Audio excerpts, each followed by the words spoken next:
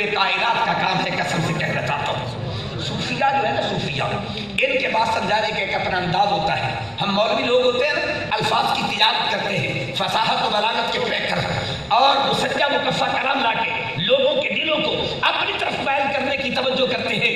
دل مائل ہو یا نہ ہو، جیب ضرور مائل ہو جاتی ہے۔ آئیے میں کرنا چاہتا ہوں صوفی کیا کہنا چاہتے ہیں، صوفی اس بات کو کس انداز سے سمجھانا چاہتے ہیں، ذرا ذہن میں رکھیے۔ ایک بزرگ تشریف فرما تھے، ایک مولانا صاحب آئے، آ کے کہنے لگے حضور میں یہاں امامت کرتا تھا، یہاں سے چھوڑ کے فلاں جگہ پہ گیا ہوں، اب وہاں امامت کرتا ہوں، دعا کرنا حالات ٹھیک ہو جائے۔ آپ نے پوچھا کہ یہاں سے چھوڑ کر وہاں جانے کا فلسفہ کیا تھا، راز کیا تھا؟ کہ حضور یہاں تنخواہ کم تھی، وہاں میری تنخواہ بہت اچھی ہے۔ آپ مسکرا کے کہنے لگے وہاں جو رب رہتا ہے نا، اس کو ذرا میرا سلام کہہ دینا۔ توجہ میری بات میں، مجھے پتا ہے کہ میری گفتگو آپ کے مزاج کے مطابق نہیں ہے، لیکن درد دل سے کہنا چاہتا ہوں اس طالب علم کا سبق ضرور ذہن میں رکھیے گا۔ کیا کہا؟ جو رب وہاں رہتا ہے اسے میرا سلام کہہ دینا۔ کہ حضور کیا مطلب؟ وہاں وہی اللہ ہے۔ فرمایا پھر سوچتے کیوں نہیں، روٹی تو اسے ہی اللہ دے دی ہے نا، اسے کو اور رب رہتا ہے۔ جس رب نے روٹی یہاں دے دی ہے وہاں بھی وہی دے گا۔ یہ کیا مطلب ہوا؟ 4 ٹکے مل گئے تو اللہ کا گھر چھوڑ کے چلا گیا۔ کیا سمجھتے ہو اس مقام پہ کوئی خدا بیٹھا ہوگا؟ حضرت سلطان بایزید بستانی رحمہ اللہ تعالیٰ نے سفر کرتے جا رہے تھے، راستے میں ایک بستی کے اندر قیام کیا، کچھ دن ٹھہرے، چوپڑا لگایا، تبلیغ کرتے رہے، مسجد میں جاتے نماز پڑھ کے واپس آتے، مسجد میں جاتے نماز پڑھ کے واپس آ جاتے۔ امام مسجد نے دیکھا، اے بابا میں پہلے کبھی نہیں دیکھا، یہ ہون آیا ہے، پتہ کیتا بابا جی تسی کون ہو؟ فرمایا میں مسافر جانا پیوں، میں کہ 4 دن اتنے بھی تبلیغ کر لوں۔ انہوں نے کہا جی اچھا اے دسو اتنے رشتہ دار راندن کوئی یا کوئی رشتہ دار نہیں؟ فرمایا کوئی دوست کوئی تعلق والا؟ آکے نہ تو کوئی دوست ہے، نہ کوئی تعلق والا ہے، نہ کوئی رشتہ دار ہے، کوئی بھی نہیں رہتا۔ کہا پھر یہ بتاؤ کھانا کہاں سے کھاتے ہو؟ توجہ کرے تمہیں، کیا کہا؟ کھانا کہاں سے کھاتے ہو؟ حضرت بایزید کہتا مولانا ذرا ٹھہر جائیے، میں نے جو آپ کے پیچھے نمازیں پڑھی ہے نا، مجھے پہلے یہ لوٹا لینے دو، پھر میں سوال کا جواب دوں گا۔ کہا کیا مطلب؟ کہا جس مولوی کو اتنا بھی پتہ نہیں روٹی کہاں سے آتی ہے، اس کے پیچھے نماز پڑھنے کا تصور کیا ہوگا؟ جس بندے کا یہ عقیدہ ہے پتہ نہیں روٹی کون دیتا ہے، اس کے پیچھے نمازیں کیسے ہوا کرتی ہیں؟ اس لیے بڑی محبت سے عرض کروں گا، طلباء ڈرنے کی ضرورت نہیں ہے، خوف زدہ ہونے کی ضرورت نہیں ہے۔ کسی کی گاڑی کو دیکھ کر، کسی کی بلڈنگ کو دیکھ کر، کوٹھی کو دیکھ کر مرعوب نہ ہونا۔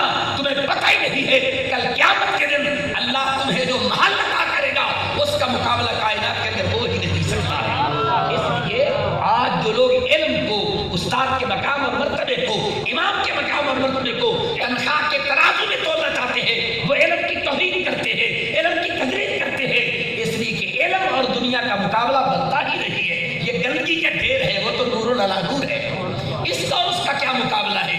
علم انبیاء کی میراث ہے، مال و دولت یہ فرعون کی میراث ہے۔ مولا علی کو مانتے ہو کہ نہیں مانتے؟ بولیے واپس سے۔ علی کا نام ہے یار، چہرے پہ مسکرا کے ذرا بات کیا، یہ تعجب ہوتا ہے۔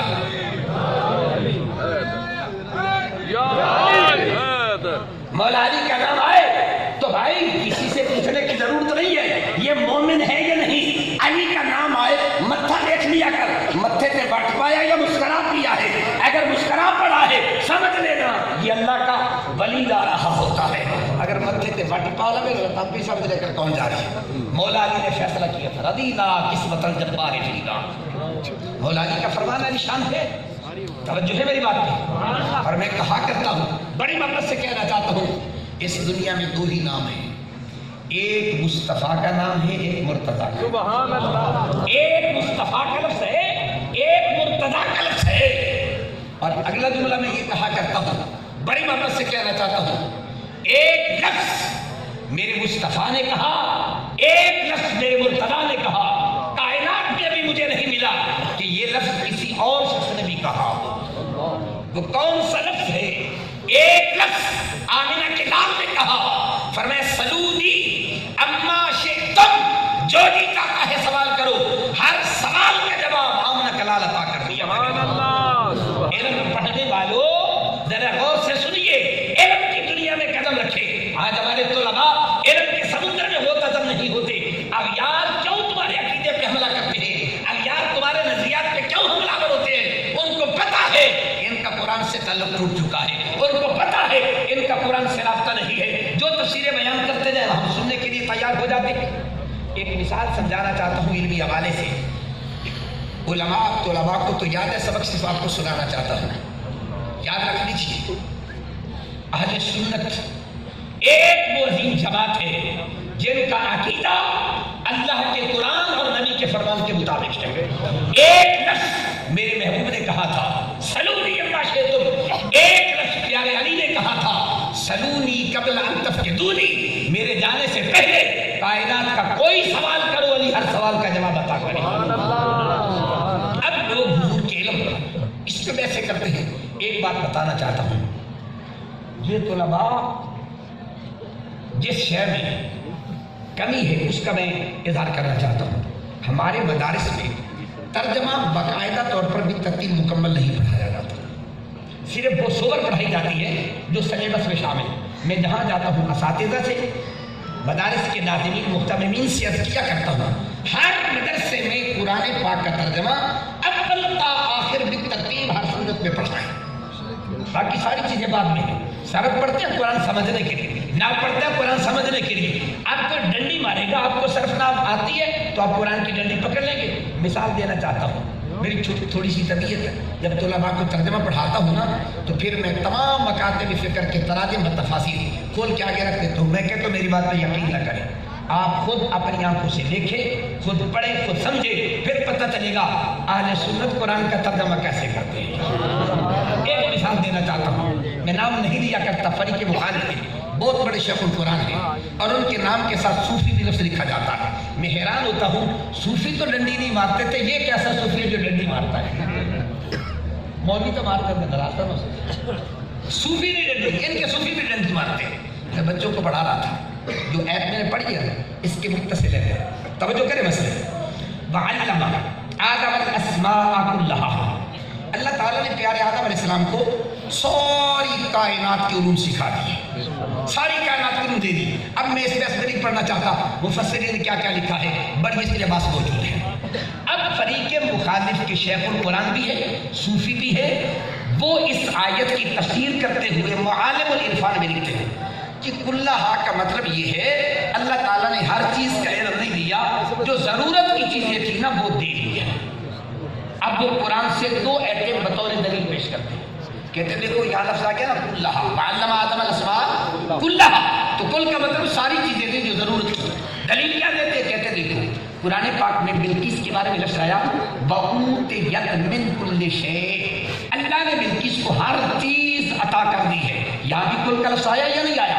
اب اس کا مطلب ہے کیا بلقیس کو کل چیزیں نہیں؟ اس وقت ایٹم بم نہیں تھا، جہاز نہیں تھے، یہ چیزیں نہیں تھی، جدید تیارے نہیں تھی، مطلب کیا تھا جو ضرورت کی چیزیں تھی وہ اللہ تعالیٰ نے عطا کر دی۔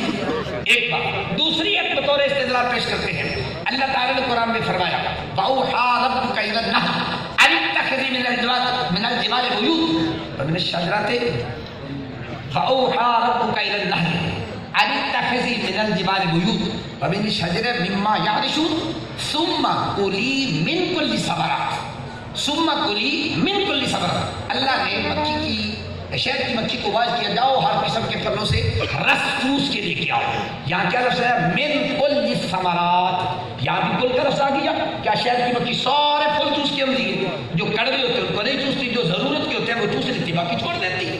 تو قرآن پاک کی دو آیتیں بطور استدلال پیش کیا کہ دیکھو یہاں کل کا لفظ آیا ہے، اس سے مراد کل چیز کا علم نہیں، ضرورت کا علم ہے۔ اب اگر آپ علم نحو نہیں پڑھیں گے، علم صرف پہ تحقیق نہیں کریں گے، اصول اور قواعد کی کتابیں نہیں پڑھیں گے، تو مجھے بتائیے جواب کیسے ہوگا؟ ان کو پتا ہے کہ آگے بیٹھنے والے شاید گرامر کو جانتے کہ نہیں۔ طلباء کو میں کہتا ہوں جس آدمی نے، جس بچے نے شرح میں اکامل پڑھی ہو، اس کو یہ زیب نہیں دیتا کہ یہ شاید کا ترجمہ کرے۔ کیوں؟ اب آپ قرآن پاک کھولیے، جب بلقیس کی بات آئی کہا وَأُوتِيَتْ مِن كُلِّ شَيْءٍ، لفظ کل سے پہلے من موجود ہے یا نہیں ہے؟ بولی حفاظ بیٹھے یہ نہیں طلباء، ان سے یہ میری بات نہیں ہے، یا پھر ان سے میں نے بات کی ہے۔ کیا کہا؟ من كُلِّ شَيْءٍ، لفظ کل سے پہلے کیا لفظ آیا ہے؟ بولیے واپس سے من، ثم کلی من کل ثمرات، یہاں بھی کل سے پہلے کون سا لفظ آیا؟ من کا لفظ آیا۔